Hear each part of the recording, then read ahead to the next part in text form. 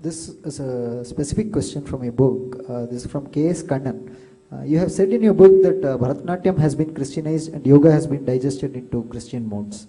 Could you just give a picture of this situation? Yeah, I have a lot of vocabulary I've introduced in this book, original vocabulary. One of them is history centrism, which I talked about, and so on. Another term I've introduced is digestion of one civilization into another. By digestion, I mean that like a tiger eats a goat, and the goat is the one who gets digested. It is not that the two merge and they're both equal. It's not like that. And I tell them that when a goat is digested, the tiger has a separate DNA, goat has a separate DNA. And the tiger cannot accept even a single cell of goat DNA inside his body. It will be toxic.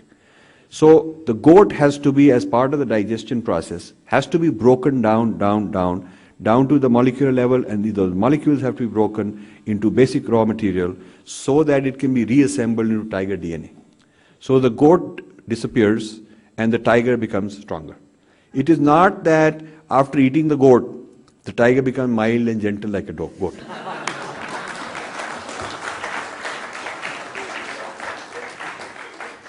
So this business that, they'll take us over, but it'll be good, we'll become part of them, and they will become mild like us. It doesn't happen. So the point is, if you look at history, the Western civilization and Christianity in particular have digested what the previous one question called pagan, which I don't like as a term, but let's say native traditions of Native Americans, American Indians. Europe, before it was Christian, was like that. They had goddesses, in which Christianity didn't allow.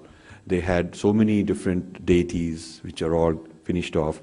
Christianity digested all these, took the Christmas tree came from so-called pagans. Easter came from pagans. I don't know if you know this. So many of the rituals, symbols, festivals are digested. What they could accommodate without compromising the history centrism. So they'll accommodate when a civilization is being digested. So Bharatanatyam language and grammar can be accommodated, but those stories are replaced by Christian stories over time. And yoga, the practices and techniques and things of that kind which are generic can be accommodated. And then this chakra becomes the Christ center. And I've lived there for 40 years, and the yoga ashrams, the yoga teaching places, yoga centers, for the first 20 years were very Hindu. And many of the yoga teachers had Hindu gurus in the 60s and 70s. But those guys, when they left, the Westerners became the gurus themselves.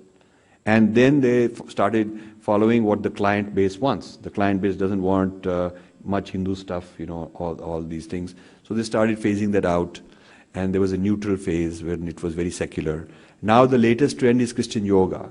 The fastest growing form of yoga is Christian yoga. Almost every yoga center has some classes in Christian yoga, and they're the ones that get a lot of audience. Because the people who've gone into this yoga tradition feel guilty that they've betrayed their DNA. And they want to come back take this digested, bring it back into their DNA. And that DNA is the Nicene Creed, the one I explained, the history-centric Nicene Creed. So they want to map all this into the Nicene Creed so they can remain Judeo-Christian and also have the benefit of this. Now the problem from our point of view is that what is left of the goat? A pile of manure. Okay, so what is left of the Native Americans is there in museums, that this is the Native American, they did this dance, they were singing like this, they were doing that, exotic people, but not a living civilization. So when all the nutrients, when all the useful things that one has are sucked and digested and Christianized, then what is left? Praising me. He was coming to me, licking me, sniffing at me, checking me out, and he's invited me to be part of his, I can even go inside him. So, in a sense, it is a foolish thing, not because, you get rid of the difference, you become homogenized, you become remapped, reconstituted into another framework. So, I'm writing a book now which will be coming out in 2012 called The U-Turn Theory, which explains the digestion in greater detail and many, many examples of how digestions happen. And you will see that a lot of neuroscience and cognitive science in the West is studying yogis, Advaita Vedanta, theories of mind, theories of consciousness, Buddhists, and they are using this to upgrade neuroscience and upgrade cognitive science. And in doing so, it has become very fashionable. The first generation of such people were 20, 30 years ago.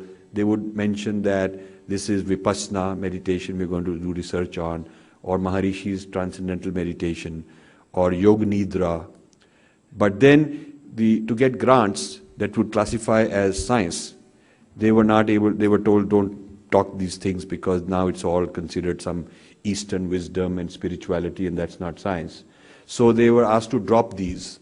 So they started dropping them and introduced a new jargon and a new vocabulary, replacing the Indian terms and removing their links, their personal links with the Indian teachers from whom they had learned.